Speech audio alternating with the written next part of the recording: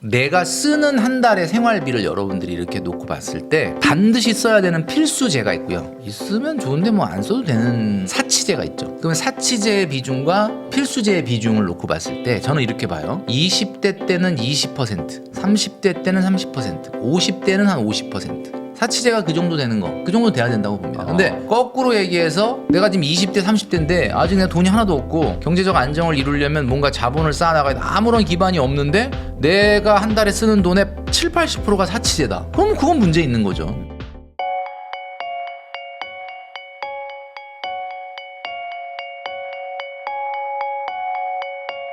머니트레이너 김경필 작가님하고 이야기 나누고 있는데요. 이제 저축쟁이가 주식쟁이를 이긴다고 말씀하신 게 있어요. 근데 네. 요즘에 분위기가 다 뭐 미국 가서 지금 그렇죠. 돈 복사하고 있는데 이런 얘기 들으면 이게 아니, 뭔 소리야 뭐 이런단 말이죠. 맞아요. 요거 얘기 좀 설명 좀 해주시죠. 그게 사실 재테크는 뭐 단거리 경주라기보다는 아무래도 마라톤 아니겠습니까? 그러니까 이제 잠깐의 어떤 그 기간으로 승부가 나는 것은 절대 아니고, 저축쟁이라고 표현한 거는 아무래도 저축을 위주로 열심히 돈을 모으고 절제를 하는 사람을 얘기할 거고, 주식쟁이는 뭐 저축은 한 번도 안 하고 그냥 오로지 그냥 막 주식만 한다 뭐 이런 분이라고 봐. 그러니까 수익률로 승부하겠다. 비율이라고 봤을 때는 대부분 주식쟁이라고 하는 좀 투자에 몰빵이 되어 있는 분들, 몰입이 되어 있는 분들은 원금 증액에는 소홀해요. 그러니까 무슨 얘기냐면 원금을 증액을 하지 않고 수익률 게임을 하는 거죠. 무슨 얘기인지 아마 여러분 이해가 되실 겁니다. 그런 이제 저축을 한다는 거는 결국 예금만 하는 게 아니라 계속해서 발생하는 소득을 원금을 증액을 하죠. 네. 물론 뭐 최근과 같은 장에서 몇 년간의 성과를 비교해봐라. 뭐 그럼 당연히 뭐 수익률로야 당연히 뭐 또 이길 수가 없겠죠. 그러니까 이게 어찌 보면은 앞전 시간에도 제가 말씀드렸지만 미국의 GDP 총량의 성장률 그래프 당연히 50년간 우상향입니다. 우상향. 네.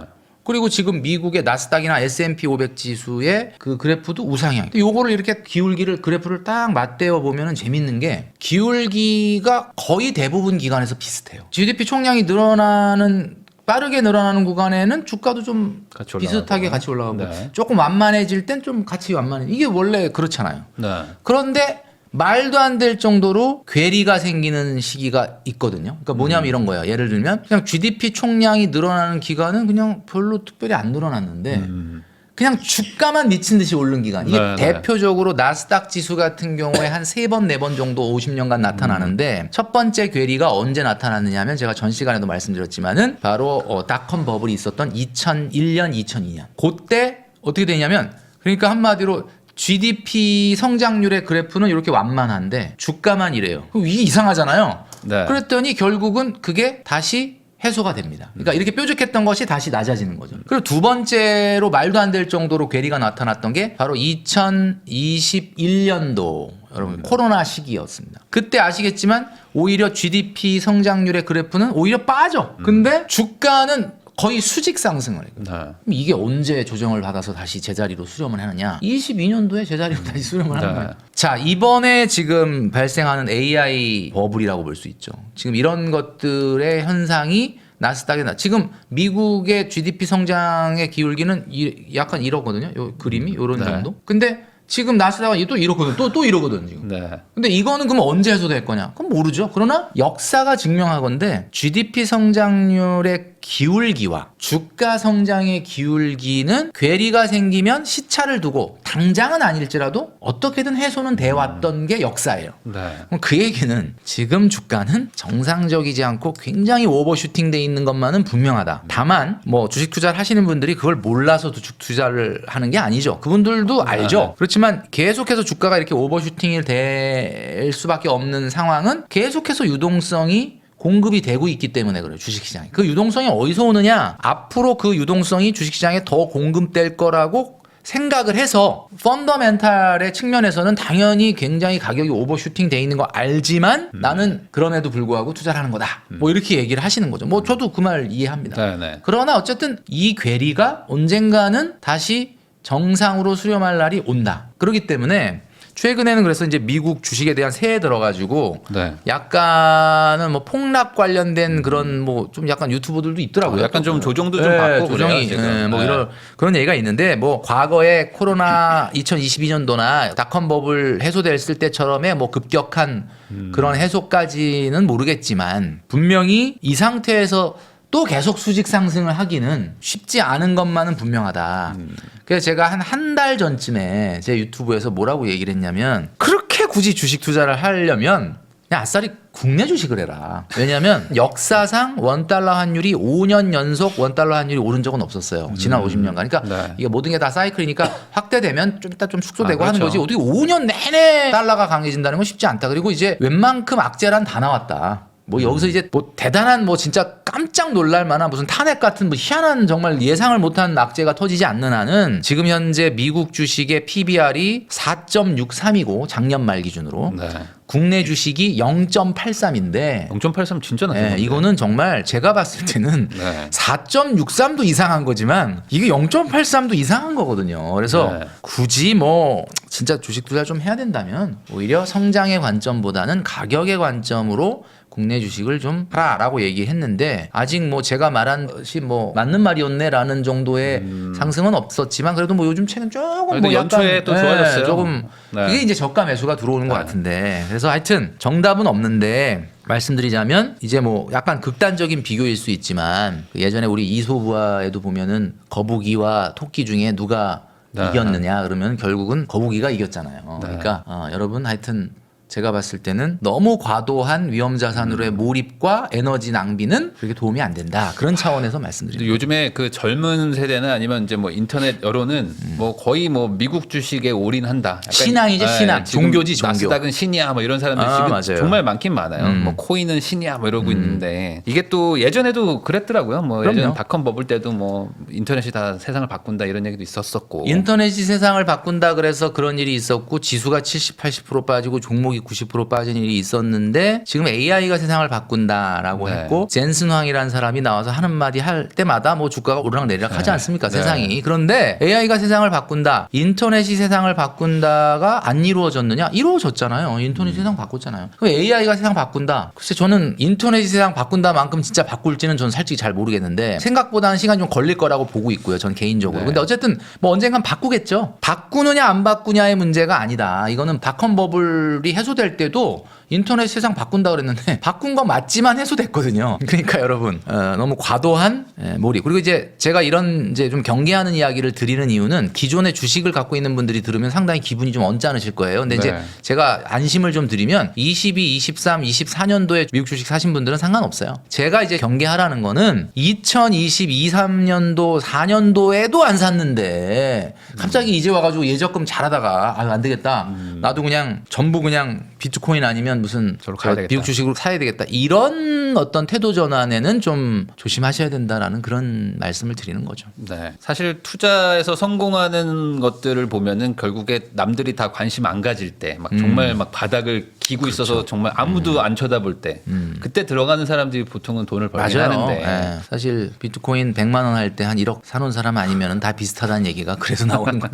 그렇습니다. 이런 얘기도 하셨어요. 쓸데없는 돈 안 쓰면 그게 수익률 100%다. 네. 그래서 이제 절제라는 게 수익률이 있는 게임이에요. 그러니까 우리가 뭘 아끼라라는 게 아우 그거 아껴서 얼마나 절약이 돼 그러는데 네. 그 아낀 금액만큼 수익률이 돼요. 그러니까 사실은 그렇지 않습니까? 1% 수익률 높여보려고 우리가 얼마나 많은 에너지를 쏟아붓는데 여러분들이 정말 필요한 물건만 사신다면야 상관없겠지만은 내가 나중에 사고 나서 후회하는 물건 아 이거 괜히 샀네 이런 물건이 있다면 그것만 안 샀으면 그 물건 값만큼 수익이 생기는 거지 않습니까? 그러니까 이것도 대단한 투자 대상이고 연구 대상이고 우리가 신경을 써야 되는 부분이다. 하긴 그렇죠. 뭐 안 먹고 안 쓰면 그거 다 그냥 100% 내 돈인데 맞아요. 이게 바뀌는 순간 뭐 그게 뭐 자산을 산 것도 아니고 그냥 일반적인 소비하면은 당연히 이제 없어지는 돈이라고 생각할 수도 있죠. 근데 또 이런 얘기 하다 보면은 결국 들으시는 분들이 이런 생각하실 것 같아요. 아니 그렇게 해서 아꼈다. 돈도 벌었다. 그럼 뭐 언제 쓰란 얘기냐 도대체. 뭐 젊을 때도 돈 모으라고 그러고 또 나이 많으면 또 애들 때문에도 돈 들어가고 나는 언제 쓰냐. 이런 거에 대한 뭐 좀 답이 있을까요? 내가 쓰는 한 달의 생활비를 여러분들이 이렇게 놓고 봤을 때 반드시 써야 되는 필수제가 있고요. 있으면 좋은데 뭐 안 써도 되는 거 같은 거. 네. 사치제가 있죠. 그러면 사치제의 비중과 필수제의 비중을 놓고 봤을 때 저는 이렇게 봐요. 20대 때는 20%, 30대 때는 30%, 50대는 한 50%. 사치제가 그 정도 되는 거, 그 정도 돼야 된다고 봅니다. 근데 거꾸로 얘기해서 내가 지금 20대, 30대인데 아직 내가 돈이 하나도 없고 경제적 안정을 이루려면 뭔가 자본을 쌓아나가야 돼. 아무런 기반이 없는데 내가 한 달에 쓰는 돈의 7, 80%가 사치제다. 네. 그럼 그건 문제 있는 거죠. 그러니까 제가 영원히 쓰지 말라는 게 아니라 세상에 어떻게 필요한 것만 쓰냐. 갖고 싶은 것도 써야지. 그러니까 한마디로 이거잖아요. 필수제는 필요한 거, 사치제는 갖고 싶은 거거든요. 필수제는 뭐 생존에 필요한 그 정도. 뭐 그렇죠. 네. 근데 사치제는 갖고 싶은 거야 내가. 근데 뭐 그거 없다 그래서 무슨 문제가 생기진 않지만 너무 이쁘다. 너 나 저거 갖고 싶다. 근데 갖고 싶다라는 말은 다른 말로 필요 없다는 뜻이거든요. 왜냐하면은 갖고 싶다라는 말이 왜 필요 없다는 뜻이냐면 필요한 거는 갖고 싶지가 않거든요. 그죠? 우리가 뭐 샴푸 갖고 싶어요, 그렇죠. 뭐 비누 갖고 싶어 이러진 않잖아요. 그러니까 한마디로 얘기하면은 이 밸런스를 맞춰라. 쓰지 말라는 게 아니라 다만 쓰되 밸런스를 맞춰라. 그래서 내가 이제 젊은 시기에 좀 이렇게 절제하고 잘 자산 관리해서 어느 정도 경제적 안정을 이뤘다 그러면 내가 50대다 그러면 내가 한 달에 한 200만 원 쓴다 그러면 100만 원은 필수재화에 쓰고 100만 원은 내가 뭐 써도 되고 안 써도 되지만 내가 좋아하는 거 써라 이런 얘기죠. 그러니까 그때 가서 한번 여러분 상상해 보십시오. 나이가 70, 80이야. 정말 젊은이들처럼 파릇파릇한 맛이 없어요. 네. 어디 가도 다 뭐 이렇게 피해. 뭐 조지 클루니 정도 돼야 이렇게 나이 먹어도 멋있지. 한국 사람들은 나이 먹으면 이렇게 누가 막 좋아하지는 않잖아요. 솔직한 얘기로. 그러면 그런데 그 사람이 돈이 좀 있어. 그래서 이렇게 좀 베풀고 주변에 그럼 얼마나 멋있어요. 수고하십니다. 이렇게. 이런 거 좀 갖다 먹어 뭐 이런 사 먹어 이렇게 이럴 때 사람이 모이는. 내가 나이 먹어서도 지갑이 두둑하고 내가 내 소득의 50% 60%를 사치제에 쓸 수가 있다면 상당히 성공한 인생이고 멋진 노후가 되겠죠. 근데 잘 생각해 보세요. 여러분들이 지금 절제하고 제가 절약하라고 하는 이유가 70, 80대인데 내가 쓰는 돈의 8, 90%를 필수제를 사는데 쓴다고 생각해 보세요. 그 어떤 느낌일 것 같냐? 그러니까 내가 한 달에 뭐 100을 쓰든 200을 쓰든 그게 딱 내가 필요한 물건 사고 먹는 데 쓰는 돈이 내 소비 전체의 90%다. 그러면 진짜 이거 비참하지 않겠습니까? 그러니까 그런 거를 막기 위해서 우리가 지금 20대, 30대, 40대, 50대에 뭔가 내 나이에 맞는 걸맞는. 그래서 저는 이렇게 말씀드리고 싶은 거예요. 내 전체 소비 금액 중에서 사치제 비중이 너무 높으면 그게 소비 당뇨예요. 소비 당뇨다. 네. 그러니까 우리가 요즘 당 수치 굉장히 따지지 않습니까? 우리 소비에도 당뇨가 있어요. 그러니까 여러분 적절한 당 수치를 유지하시기 바랍니다. 당뇨 한번 걸리면 안 낫는데 쉽지 않은데. 그렇죠. 똑같네요. 이거 똑같아요. 이것도 사치제 비중이 너무 커지면 줄이기가 쉽지가 않아요. 이게. 그러니까 이렇게 아예 안 가면 좋겠지만 이미 만약에 갔다 그러면은 어떻게 해야 되나요? 이거 그냥 뭐 정말 결단의 마음으로 팔을 자르는 느낌으로 그냥 딱 끊어야 되는 건가요? 어떻게 이거 좀 단계별로 이렇게 줄일 수 있을까요? 어떻게 해야 될까요, 이거? 글쎄 뭐 예전에 담배 끊은 분, 술 끊은 분들 얘기를 들어보면은 담배 어떤 분은 뭐 한꺼번에 끊으면 너무 힘드니까 뭐 조금씩 줄여서 끊었다 뭐 이런 성공한 분도 있고 어떤 분은 뭐 그냥 단박에 그냥 끊었다 뭐 이런 분도 있고 그 어떤 정답이 있다고 보기는 어렵겠지만 사실 사치제라고 하는 것은 어쩌면 단박에도 가능할 수도 있다. 왜냐하면은 이게 내 생활을 유지하는데 필수 요소는 아니기 때문에 내가 내 손목을 내가 스스로 꽁꽁 묶고 어떤 극한의 상황으로 나를 몰아서 뭔가 그 시스템을 만든다면은 뭐 가능하지도 않겠는가. 근데 보통 이게 주변 사람들이 쓰면 쓰더라고요. 그러니까 이게 소비를 줄인다는 게 결국에 인간관계를 단절하지 않으면 잘 안 되는 것 같기도 하고. 인간관계의 단절 얘기하니까 좀 마음 아파하는 분들이 많을 수도 있는데 저는 30대까지만 해도 직장생활 옛날에 저희 때만 해도 문화 자체가 술을 많이 먹었고 술을 먹다 보니까 어떤 느낌이 드냐면 술 먹는 게 재밌어. 그래가지고 야 이게 술 먹고 약간 뭐 필름이 막 끊긴다고 그러잖아요. 뭐 이렇게 약간 이럴 때 그 느낌이라는 게 좀 있더라고요. 그래가지고 그냥 회사에서 회식 아닌데도 오늘 소주 한잔 할래? 뭐 이래가지고 술 먹고 친구들과 뭐 옛날 얘기하고 뭐 이러면 이게 뭔가 스트레스 풀리는 것 같더라고요. 그래서 친구 만나는 걸 참 좋아했습니다. 근데 제가 이제 뭐 작가로서 이제 책 쓰고 글 쓰고 뭐 칼럼니스트로 뭐 칼럼 쓰고 뭐 방송하고 바빠지고 나서부터 친구를 안 만나게 됐는데 이제 아예 안 만나거든요.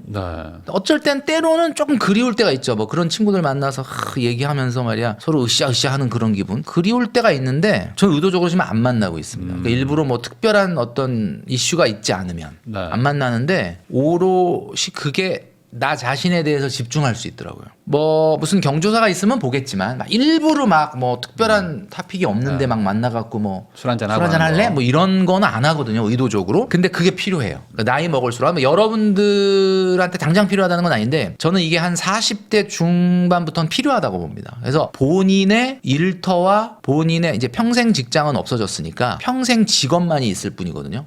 여러분의 평생 직업에 집중해라. 그리고 외롭죠? 외롭죠, 당연히. 외로움을 견뎌라. 그러면 뭐 그게 또 스트레스가 돼서 막 소비를 하게 될런지는 내가 잘 모르겠는데 저는 아직까지는 모르겠어요. 잘 참고 있습니다. 지금 아직까지는 뭔가 내가 더 이루어야 될 게 많다고 해서 그런지는 모르겠는데 최근에 솔직히 말씀드리면 제가 어디서도 한 번도 얘기 안 했는데 작년에 일을 좀 너무 많이 했거든요. 그러다 보니까 약간 겨울, 가을, 작년 가을, 겨울 약간 이런 게 번아웃인가 조금 이게 시들해지면서 좀 재미가 없어지면서 그런 때가 오기는 오는데 참 이걸 넘겨야 되겠죠. 그래서 이제 이거를 넘기기 위해서 그러면 안 만나던 막 친구를 만나고 안 먹던 술을 먹고 그런 시도는 안 했어요. 일단은 그런 걸로는 해결이 전 안 될 거라고 보고 이것도 하나의 과정이라고 생각하고 지나가야 되겠죠. 그러면 이제 마지막 질문으로 이제 또 새해니까 또 이렇게 또 딱 이런 것만 모읍시다 이렇게 책도 쓰셨잖아요. 네. 이런 것처럼 뭔가 새해 다짐하시는 분들 분명 많을 거란 말이죠. 네네네. 근데 이제 어디서부터 시작할까 뭐 이런 것도 고민도 되실 거고 뭔가 딱 이거부터 하세요라는 걸 하나 좀 찝어주시면 좋을 것 같습니다. 기본적으로 저는 이렇게 말씀드리고 싶어요. 내가 올해 운동을 해야지, 내가 올해 공부를 해야지라고 해서 뭐 거창하게 무슨 뭐 대학을 다시 간다든지, 그죠? 뭐 어마어마한 학원을 네. 끊는다든지, 아니면 뭐 피트니스 센터 가가지고 뭐 연간 회원 끊는 이런 것도 물론 뭐 필요할 수도 있겠지만, 네. 얼마 전에 이제 제가 그 본 책 중에 그 Small Wins라는 책이 있더라고요. 작은 성취를 만드는 것부터 시작을 해라. 그래서 저는 아주 기초 기본부터 대신에 꾸준히 실천하자. 그래서 이런 거예요. 내가 어떤 하나의 행동을 했는데 그 하나의 행동을 하기로 마음을 먹었는데 그 행동을 내가 잘 지키고 있다. 그러면 굉장히 내가 자존감도 올라가고 굉장히 작은 성취감을 느끼는 거예요. 그래서 제가 작년에 과소비를 조금 방어할 수 있는, 막을 수 있는 것 중에 몇 가지 행동을 좀 해봐라라는 거 말씀드렸던 게 3가지가 있었는데 그 첫 번째가 뭐였냐면 SNS를 의도적으로 줄여라. 여가 있었거든요. SNS를 하지 마라가 아니라 줄여란데 부사가 중요해요. 의도적으로 줄여라. 뭐 의도적이라는 건 뭐야? 내가 뭔가 그냥 생각으로 SNS 너무 많이 하네. 이게 아니라 의도적이라는 건 어떤 행동을 해야 되는데 여러분 아시겠지만 이 인스타그램에 들어가 보시면은 인스타그램 설정에 들어가면 본인이 평상시에 하루에 몇 시간을 인스타그램을 들여다보는지가 나옵니다. 근데 이게 이 인스타가 메타죠. 예, 거기에서도 2시간으로 설정을 해놨어. 그러니까 이걸 만든 분들조차도 2시간 이상을 한다는 건 이건 문제다. 이렇게 생각을 하는 거죠. 그리고 자기가 거기다 설정을 하게 돼 있어요. 내가 난 한 30분 이상 보지 말아야지. 지금 30분 하면 얘가 자동으로 30분을 더 보면 그날은 못 들어가게 합니다. 물론 뭐 그것도 금방 풀 수는 있겠지만 이런 식으로 의도적으로 SNS를 좀 줄이라는 거예요. 네. 그리고 두 번째는 지속적으로 시장을 가라. 여기서 말하는 시장은 이마트, 홈플러스 이런 게 아니라 재래시장을 가라는 거예요. 네. 그 재래시장을 지속적으로 가라는 이유가 뭐냐? 지속적이라는 거는 한마디로 그냥 한 번 갔다 오라는 게 아니라 일주일에 한 번은 꼭 시장을 투어를 하라는 거죠. 네.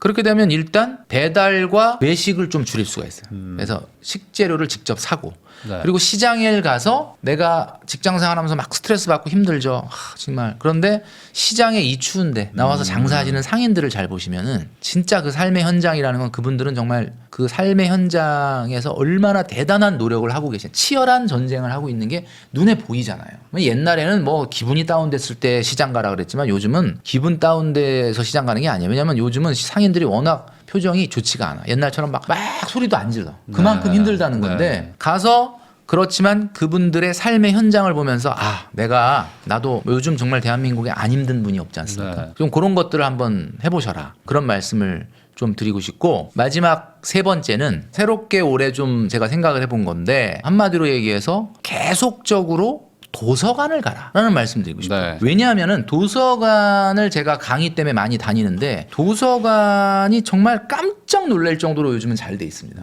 근데 책을 갖다 말이죠. 이 책도 마찬가지예요. 이 책도 꼭 뭐 사서 보실 필요 없어요. 이거 책을 그 동네 도서관에 가서 대출을 받아서 보는. 그럼 대출을 받기 위해서 가죠. 운동이 되죠. 네. 가서 대출 받아와. 대출 받아오면은 이게 또 갖다 줘야 될 시간이 있어서 좀 빨리 보게 돼요. 또 네네. 보고 또 갖다 줘. 갖다 주면 좀 심심하니까 또 한 권 들고 와. 여러분의 문화생활비와 문화레저비를 대폭 줄일 수 있다. 동네 지역의 도서관을 가보면 문화 행사도 많고요. 심지어 공연까지 있습니다. 또 좋은 강연들도 많고요. 그래서 여러분들 좋은 정보들을 수시로 얻을 수가 있다. 그래서 올해는 제가 봤을 때는 행복 공식이라는 게 있잖아요. 돈을 많이 번다고 행복해지는 게 아니다. 내가 여러분들 10년 전에 가진 게 많았습니까? 지금 가진 게 많습니까? 한번 냉정하게 보시면 10년 전보다는 지금이 가진 게 많잖아요. 네. 그러면 10년 전보다 지금 더 행복해야 되는데 어떤 사람들은 난 10년 전이 더 행복했던 것 같아. 그건 무슨 얘기냐면 행복 공식은 원하는 것분에 가진 것이다 보니까 분자값이 아무리 늘어나도 분모값이 더 빨리 늘어나면은 원하는 게 더 늘어나면은 안 행복하잖아요. 네. 그 원하는 걸 어떻게 하면은 뭐 줄이기는 어렵겠지만 잘 컨트롤할 거냐. 도서관을 다니다 보면은 이게 자연히 줄어들어. 왜 줄어드느냐? 뭐 문화 레저 비용도 줄지만 사실 너무 우리가 이 인터넷의 화려한 것만 쳐다보고 남 행복하고 잘 나가고 뭐 그런 것만 보면서 상대적인 박탈감을 느끼는 것보다 도서관 가는 길에 그냥 하늘도 좀 보고 떨어진 낙엽도 좀 보고 이런 걸 보면은 야 내가 참 많은 걸 갖고 있구나. 내가 가진 것에 대한 감사를 발견하면서 뭔가 분모값이 줄어든단 말이죠. 그러면은 굉장히 행복할 수 있다. 그래서 제가 세 가지 SNS를 의도적으로 줄여라. 시장에 지속적으로 가라. 네.